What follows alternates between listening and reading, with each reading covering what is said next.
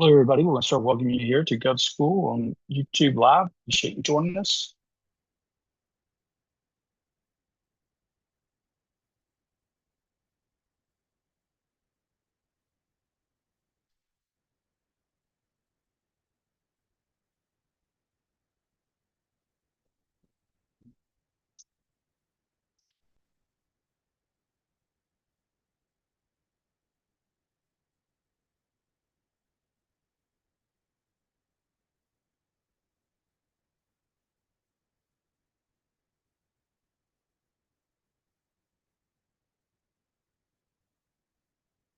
Getting everything ready here. We'll get started.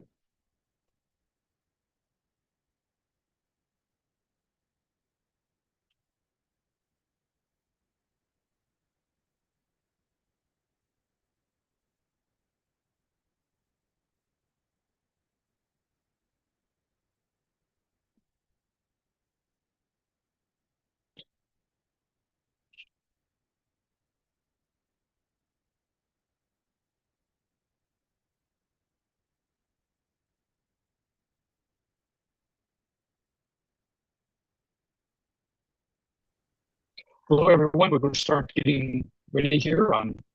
Appreciate you joining us here on this Thursday afternoon before what probably is going to be a long week for everyone because we have the July 4th holiday. I do appreciate you taking time. We'll probably have a smaller class today. It's always kind of expectations on this Thursday afternoon, so maybe have an opportunity to ask questions. I'd like to point out for obvious reasons this session is live on YouTube. So if you're watching there, I know that I'm not able to respond to questions from that channel, and I will hear in the room.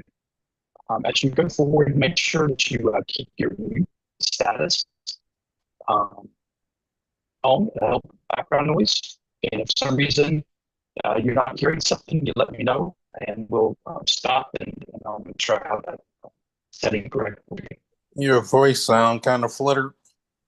Voice is kind of flooded. See what I'm going to do today. I think we're going to move to my regular screen here. I think that's a little problem out here. Probably a little bit earlier. Just give me 1 second here.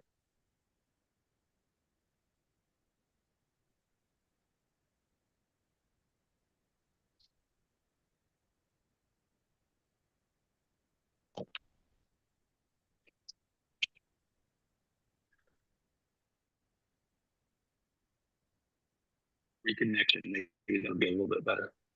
Okay.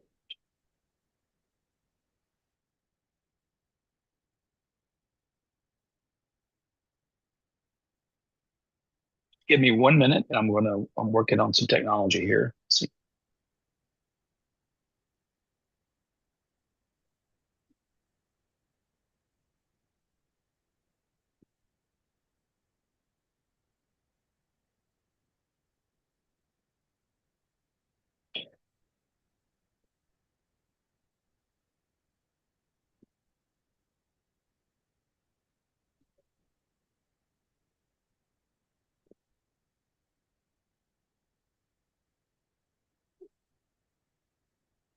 how about now? Is this a little bit better? Can somebody give me a thumbs up if they can hear me okay? No? Okay, just 1 minute.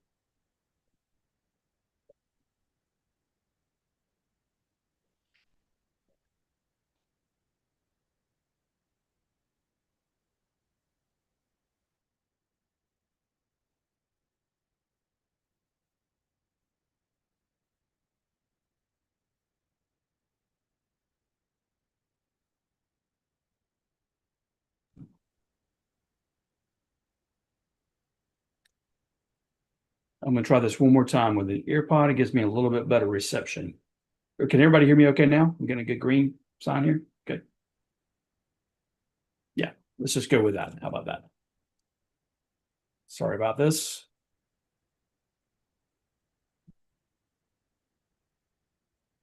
So I've got up here a slide in front of me, and this is going to be a follow-up to the class that we did last Tuesday, where we talked about using AI in order to first define your indicators of success. I use the terminology of indicators of success because it really does allow you to go in and isolate the bids that are of use to you in a productive way, as opposed to spending time on bids that potentially are not really in your wheelhouse. And so when I work with clients specifically, I always really drive the importance of defining really what your marketplace is. And I do that by going in and taking, maybe in my case here, I have about 15 indicators, but I'd say start with a goal of at least 10. And these should be things that are common to you. Okay. And so I'm going to build on that. And we defined that at our last meeting. And I sent out a link to that effect. I'll put the link in the chat here in just a few minutes as I get everything situated. And let me make sure I got everybody in that's in the waiting room. Okay, just 1 second.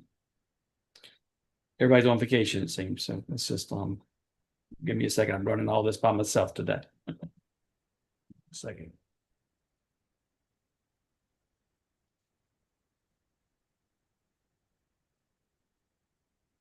We'll get it going here in just a minute.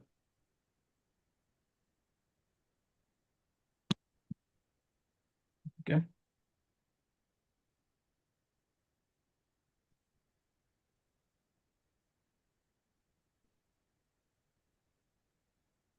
Yeah, I'm running in just a little bit of a technology issue. I apologize. Just give me a second.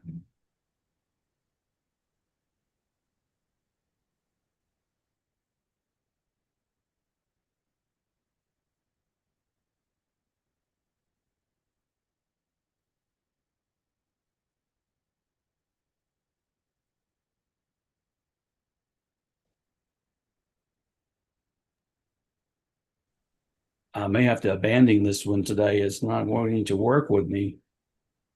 Just give me a second. There it goes. Okay. So GovSchool, of course, is a service that's offered by GovDirections. We've been in this marketplace since 1998. In fact, this coming weekend, we'll be starting our 27th year. We are real proud of that. And I want to thank you for putting your trust into us. What I'm going to do today is use this as a slide, but make it as interactive as possible. And would you can give me some questions? I'm going to draw some from the web in order to give you an experiential learning process where we're really learn by doing. And in fact, I have found an RFP that I have an interest in, and I'm going to build off that today. If you're using our RFP delivery, then you can go there and you can search and you can find. And I use this tool frequently to really go in and find the bids that I have an interest in. I actually still work in the field of human resource management, and I go out occasionally and will bid on contracts. And so I usually lend that to kind of my background and my experience to this process as I'm teaching. The primary goal is to give you mechanisms to allow you to really zero in on that opportunity. And that's what we're going to spend time doing today. So let me just drop that screen there and go into specifically the documents that we were going to be working with. And I always like to use some quotes, and one of the quotes that I'm going to use in my background today is, this whole theme of taming the dragon and using the movie. And it's just having a little bit of fun here in this week right before a long holiday. And this quote here is being scared is fine. Okay. But staying scared, that's the problem. So it's designed to really get you in there so that it can look very difficult sometimes and look like a big, huge challenge, but don't let that scare you away. Get in there and use some of these tools, and you'll find that they're useful in the process of building successful responses, and that is the primary goal. I've got a problem with my computer today for some reason, and it's not wanting to move as quickly as I want it to. And so I'm trying to clear out some memory here just to give you that process. But if you're using RFP delivery, then that we have advanced tools that allow you to come in and actually place in there your capability statement. We stress the importance of tying those indicators of success to really your indicator, the capability statement, and then doing that in the process of matching those together. Okay, and we have some more advanced services with our drive process, where we allow you to actually come in and organize your individual RFPs that you're responding to, and that's within your account there at RFP. And let's just see here and see what's going on. One thing I learned early on as I started working is you never know what's going to happen with technology. So you have to just bear through it. Just give me 1 second here and I'm going to figure out why we're not moving so quickly. Okay, there we go. So in the drive process, we've got an organizational folder, just basically a cloud document system that allows you to come in and organize your RFP processes.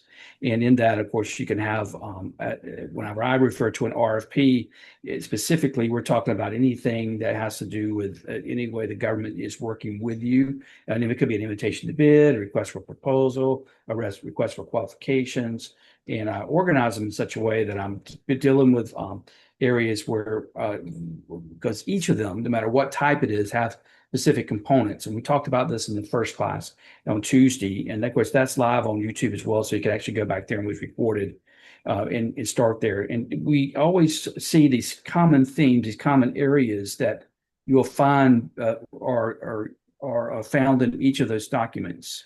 Okay. And as you do that, I'll get to the chat questions a little bit later. If there is something that related to the technology, because I am running a little bit some difficulties here, let me know just by unmuting yourself and tell me. That will help me out. Okay. But otherwise, I'll come back to the questions in the chat in just a few minutes. Okay. You'll find these 6 themes. They're looking for basically executive summaries, qualifications that you may have or your company may have, and then methods and deliverables, how you do your work, what kind of equipment do you have, and the processes of organization of your company and so forth, as well as certifications that you may possess or your company may possess, forms that you have to complete constantly, and then of course performance, your past performance, examples of your work, things that you've been successful in.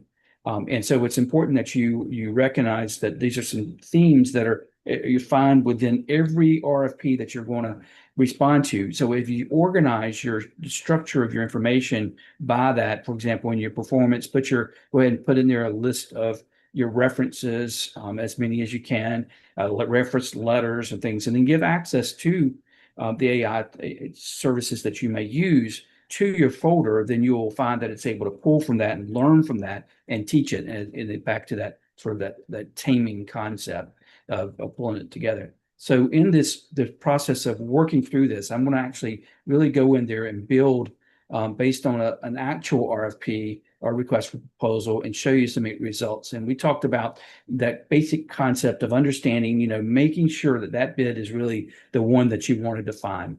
And with that, we asked you to go in and take a look at your indicators of success. If you don't have that, I will drop that into the chat. This is just a simple form. As you know, our theme around here is simple, simple, simple. Keep it simple. There are some systems that are a lot more complex and in place, and so it can create problems for you. Okay, so you want to make sure that you don't create more problems than they're worth. You know what I'm saying? So here's a document, straightforward, gives you a result, and tells you what it kind of keeps you corralled around what you're actually looking for. Okay, now keep me letting people in. Should have had an assistant on this call. Okay, and I want to go straight to our chat that we were working in the other day, and we'll use that as a background.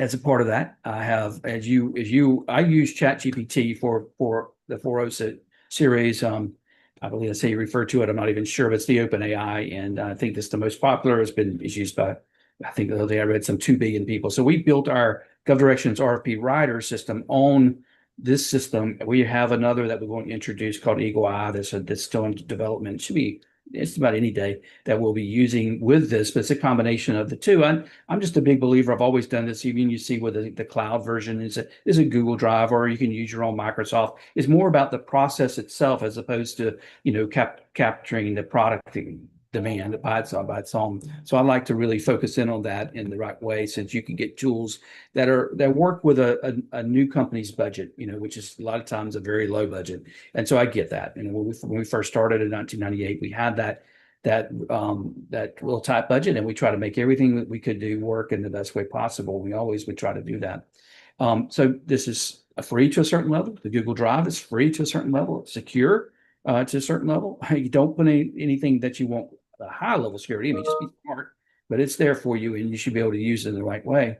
I have a specific project. I organize by projects in my system, left hand side. If you're not, just as a quick reminder, if you're not familiar with how to get the RFP Writer GPT, you can just type on search GPTs and then type in the word Gov Directions. It should pop up at that point, and the RFP Writer will be there for you to actually go in and start working. Some 1,100 there now. And so it's a one it's widely starting to be widely more accepted. And you get there and you want to give us a good like, certainly helps us get up there on the ratings. So I do appreciate that. It takes a lot as a small business to really get out there and branch out with a lot of services that are out there. So any help you can give us is certainly appreciated. But here we have Taming the Dragon, and I've got in there a couple of items that we were working with, and that was, of course, your indicator of success. I defined mine the other day for you. There is 10 of those, and I've got to kid around and say, one of my top indicators is I want it to my work. As you will see, I have to go on location for a good amount of the time, and I want to be within about an hour of a fishing stream so I can have some fun, and so work-life balance, and that's always important. So I throw that out there because you should, whenever you're looking at indicators, it should be reflective of what you consider success in your own mindset. And that's important that you do that. So it can't be just the project basis. It could be other things that surround itself around that, in terms of maybe it's the number of individuals you want to have on location, things of this day. Whatever it is that's important to you should be what you use to help guide the selection of the RFPs that you're going to work with. And I'm going to just do one thing here. I'm having a problem with my screen. That was the big problem. And I'm going to move it real quick.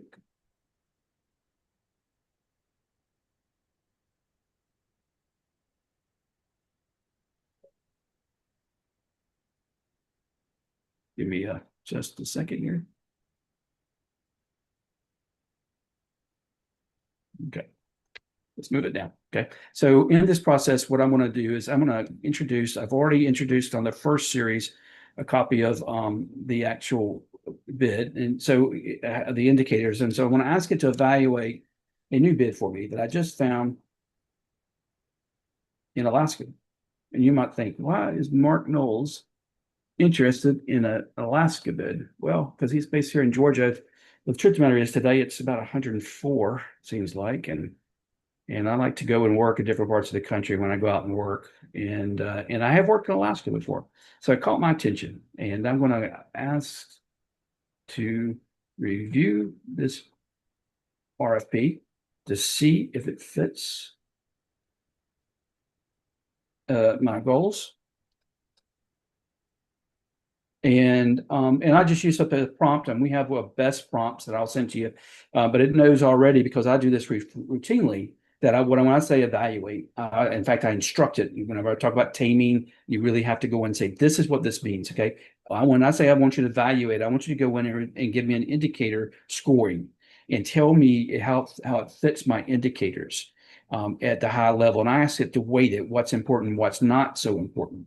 And so as a part of that, I have 10 indicators. And one of the very first one, I usually weight them out at 20% each, is the size of the organization. I don't want to have something that's huge or large, and because it can take up a lot of my time. I mean, it would be a project that might take 6 months to a year, and that really limits my ability to do other things. And in my work, I want to have an indicator that fits an ability to be mobile and lean. And so I use that as one of the key indicators is the size of the organization. I also say located in Georgia, so it's just important because I can knock those out pretty quickly. This one here obviously didn't meet that criteria because it's in Alaska. So I got a 1. I give it a scale of 1 to 10, nothing too fancy. You can be elaborate in your process as you add more and more indicators. You add 20, 30 indicators, certainly is possible.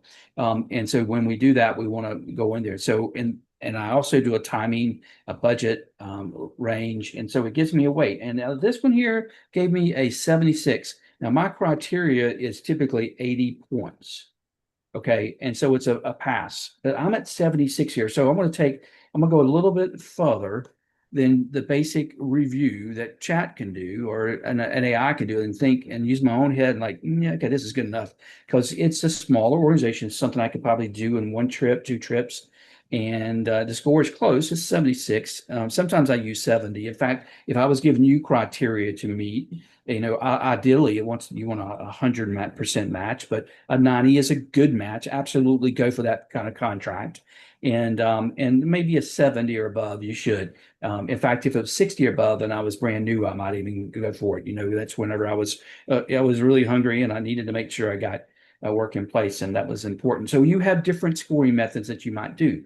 Okay. In addition, I also ask it to give me an executive summary, and I define that with some specific information. I want it to tell me about the name of the agency, who to contact, the budget, is there going to be remote work, how many meetings have to be on location, the scope.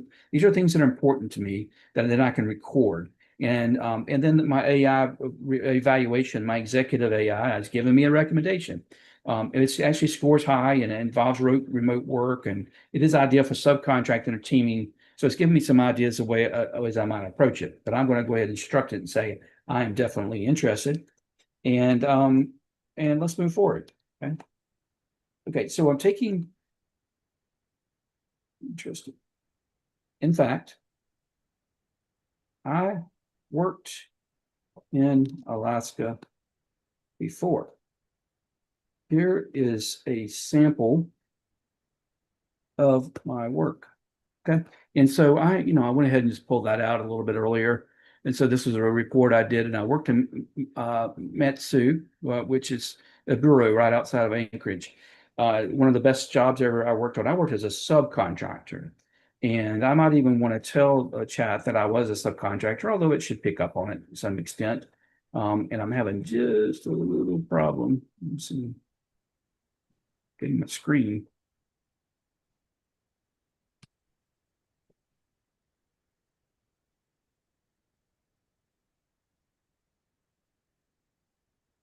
Okay. And let's just see what happens with it. Okay. And so it's going to analyze my work. It already has my capability statement. It has access to my drive with the information that I just pointed to you, those 6 areas of importance. And so it's building from the information, it's building on my past experience, and I'm giving it some instructions on how I want to approach this. Okay. And so now it's aligning my information to this particular project. Okay.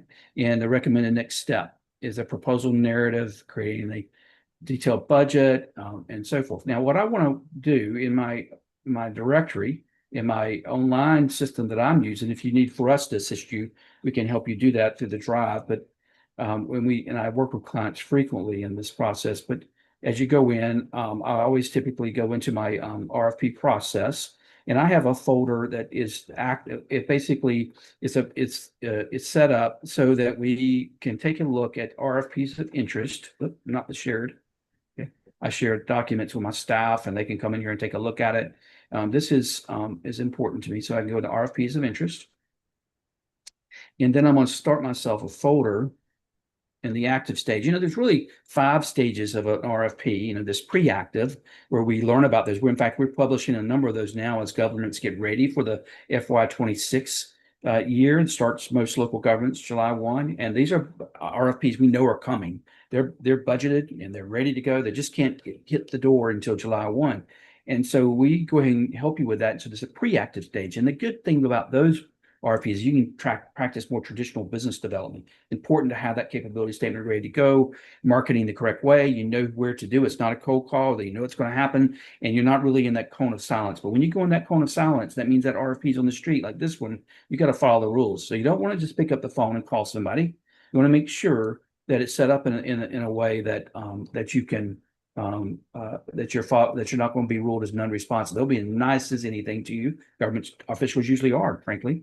But then you have violated a rule when you're going to be checked off as non-responsive, and they can't work with you. So it's an environment that really is built on rules. It's important you understand that. It's not like traditional business in engagement. I can just pick up the phone and call you when you're in the purchasing cycle and talk with you. That's just not how it works. You got to make sure you follow those rules. And so I can come in here and I'll just do this Alaska one. I didn't check. I always like to put it by the name of the agency and the due date. I'll check on that due date because I want it front and center to it might catch my attention, because the last thing you want to do is miss a due date. So I like to come in and go in and create basically some documents here. And I'm starting to move from the conceptual stage to the actual winning stage. I'm going to pay attention to the things that are important. Okay. And so the first thing I'm going to want to do is to understand, what do I have to do? Okay. Let's go back over to my team and the dragon. Okay. Can you develop a detailed checklist? And thank goodness, you probably want to watch the spelling check, but my chat kind of really knows me. So it knows I like to misspell words a lot, and it kind of overlooks it. So I appreciate that. I tend to use some gentle language back and forth in my taming. And so it's important. I think I read somewhere that the use of the words please and thank you has taken up so much space that it's costed Lily hundreds of millions of dollars. I think the number was. It's some crazy number. So I like to do that. But you know what? One thing that sort of is a dead giveaway when somebody's using chat and I see their responses and reports is they use these green check marks. I always remind it, please use a professional formatting. Okay. So you want to do things like that because you don't want to be just so obvious. In fact, I had somebody send me a RFP to take a look at the other day, and they basically let chat produce the whole thing, and it was just like, why did you do that? But it did, and just remember, it's really more about help you with an outline, a thinking process, help you improve. But when it goes into produce reports and sign legal documents and all that, it's not really operating the way most governments expect you to operate, and so it frequently doesn't do that, and that's not likely to change anytime soon. And the reason why is that the laws are in the books, and we operate in government in terms of it's really an incremental approach, and that incrementalism is just it doesn't move fast. And so I just kind of always try to remind it to use a professional formatting. Usually responds pretty quickly. For some reason, I am running slow today. So let's see what happens. There we go. So it actually gave me a download there. And I'm going to remind it, please keep everything in my chat. Okay. And then you may prefer for it to be out, for it to be a download. I'm not sure, but so this you get your own style. But I like to see it in front of me. Okay. So it gives me a checklist. I can lose that green check mark. And I sometimes even come in and say no green check mark. Okay. And so go in there. Let's go back and say, let me go back. I'm actually, because it's giving me this current, I'm getting a little bit lost. I'm not taking it like I want to, but I'm doing this for the time and speed. But I like to go back. This is not going to be a document I'm going to share with anybody else, but it's going to be for our own use. So it's not so important. But in my actual RFP writing, I would make sure that I had no symbols and no check marks. That would be all bullets. That would be traditional business development, professional proposal writing. In fact, you may even want to instruct your chat to use, elements of style or some other method that you're actually working with. Okay, so I have my checklist here ready to go. Okay, and then I'm going to get started. And before really within 30 minutes, I can really have everything. I would actually stop at this point, and really take a look at that information, making sure that this proposal checklist has all the information that I have, everything that's necessary in order to pursue forward. Okay. And so you'd want to take that time. So I don't want to move too quickly, but it should be thorough.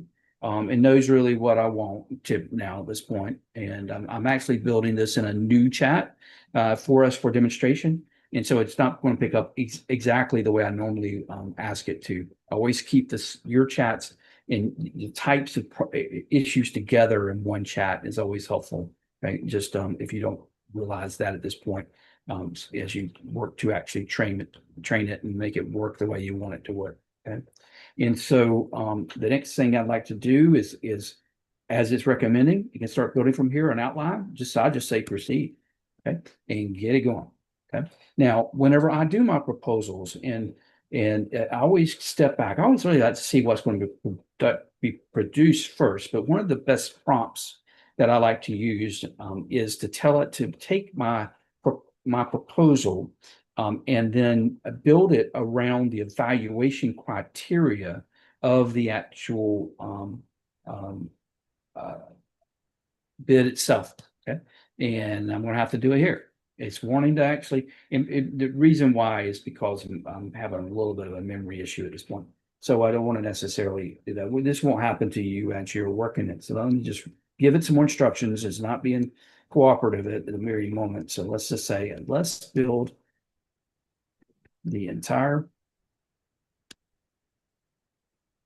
proposal within this chat. Okay. So that gets attention here. Okay. Please make sure to highlight how I fit the evaluation criteria used.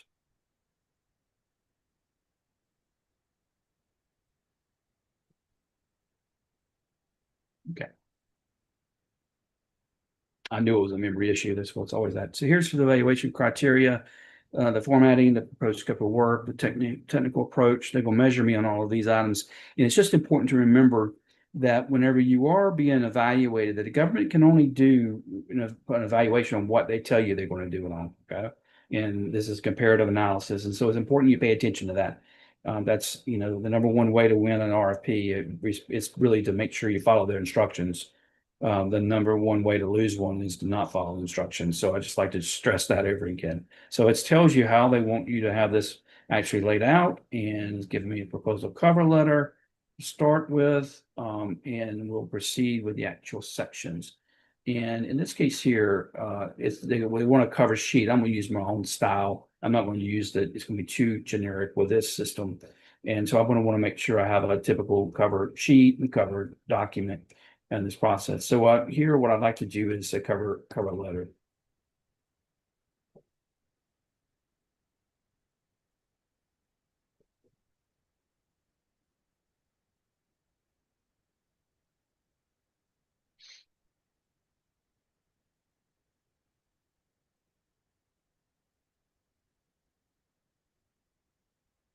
Okay.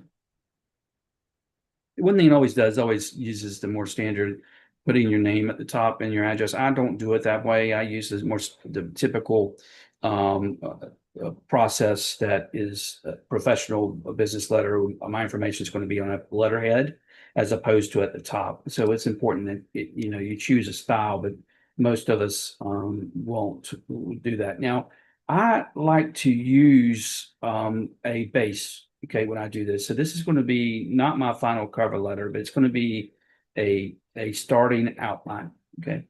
Come in and I actually will drop in. I'd also like to build my entire proposal within this document, even if I have to break it up later and put it into different sections within a system that a government may use. I know that some of them out there are now using systems, and they're even incorporated AI in. The problem with that is that it's always going to have everybody's going to be entering the same sort of information. You're not really distinguishing yourself from other clients that organization is looking at within those systems that they use. Because there's really different systems that are out there that governments can use to broadcast an RFP or broadcast a bid. And there's about 40 of these systems, and each one of them work with a limited amount of governments. And so you may be prompted to register with all of these, and you may even be marketed to actually pay all of these. And that's just not affordable for most of us. And especially when you first get started. And so using an aggregator like us provides a different purpose for you, helps you out, reduces your cost, and it allows you to really be a little bit different. And that's important that you do this. So here I'm going to actually name it after my response, and then start. Okay, so I've got me my first draft here. Now, what this did not do is put the right date in there. I'm just going to put it in there, July 6th, but it shows really, yeah, it's probably got a good background. I actually mentioned my previous work, and that's going to get me a heads up, maybe, hopefully, that they say, why is that Georgia guy bidding on this thing in Alaska? They'll understand that I've been out there before and done that. And not only that, they probably know somebody on that council and so forth. Okay. And so I'm going to let chat move ahead with me, but I'm also going to help and tame with it. But I'm going to say, always, always give me an executive summary first. Okay. And I like to do that. And sometimes I might even say, do a specific executive profile. There it goes. It puts that image in there. I'm going to say no images, only professional. It's sort of resisting this today layout. So make sure you tame it. Okay. You don't want these little images in there. You just don't want them. Well, not gonna, doesn't help you. It's a strong signal that you didn't take time to really review it. In addition, it'll come to know like it's giving me maybe here a font size of 17. Is what a lot of it's do. A lot of you do. I don't really always do this. I come in and I just take this and then I copy it. Okay. And I will put it in my proposal. Okay. And when I do that, I want to lose all the formatting. Okay. And you can do that by going in and in something like this, just do a select all and just do normal text. Okay. And that clears it out. Okay. It's hidden behind the scene. And I always like to go in. So all these gives me a lot of lines. Chat always does this. Most of them do. And then I might go back and reformat. Okay. And just use this more typical formatting that I traditionally use. Okay. And so that helps you in the process, and it comes to know how you're doing things and understanding that. But you want to have your executive summary first, and then you would want to move into your actual response based on the requirements within the actual RFP. So what we've done today, and now at a 40-minute mark, and I apologize for a little bit of the technology issues we have here. We had, and even when you have it on your own systems, don't give up, just push in there, keep pushing forward. Don't let it scare you away. That's important. That's what we talked about when we were at the beginning. And then drive to the conclusion of the actual RFP, because you really do get better. And I just stress to you that the problems that exist themselves, that's not the dragon.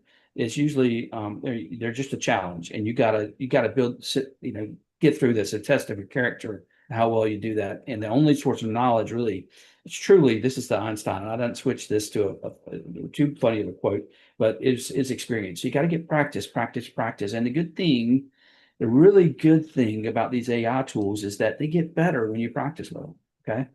And then the last thing I'm going to stop before I answer questions is don't just take what's given to you and accept that. Always read through it, go through, and I think I've got some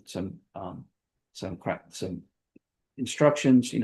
First of all, make your indicators personal, make them rewarding, use them consistently, weight them to which ones are most important. Analyze every RP you're working with the same method. Okay. And when you're given instructions, always pay attention to the prompts. Make sure it's following your instructions. Don't be in a rush. Always think about it before you submit it. Review it with your colleagues, give them opportunity to make results, comments on your results, and always give it to your own personal flavor. And that tool, make it be your language and how you work with things, and always personalize it. Okay. But make it professional. I wouldn't put a dragon in my actual RFP response. You know what I mean? But here it's fun. We might have a little bit of fun, but when you go to the final result, it needs to be a professional document, well laid out, for you to get that to your client. And so I'm going to stop here today for those that were on YouTube Live, and I appreciate you joining us. And if you do have an opportunity to subscribe, you just click that subscribe button at the bottom there and just hit the like, and that would certainly help us if it's good. We try to make these things as fun as possible. Sometimes we run into some technical issues, and I apologize to begin with. So hopefully you can overlook that part, but I do appreciate you coming today. And then everybody in the room, I'll stop here and I'll answer questions that you might have let me just clear this up and make it more personal.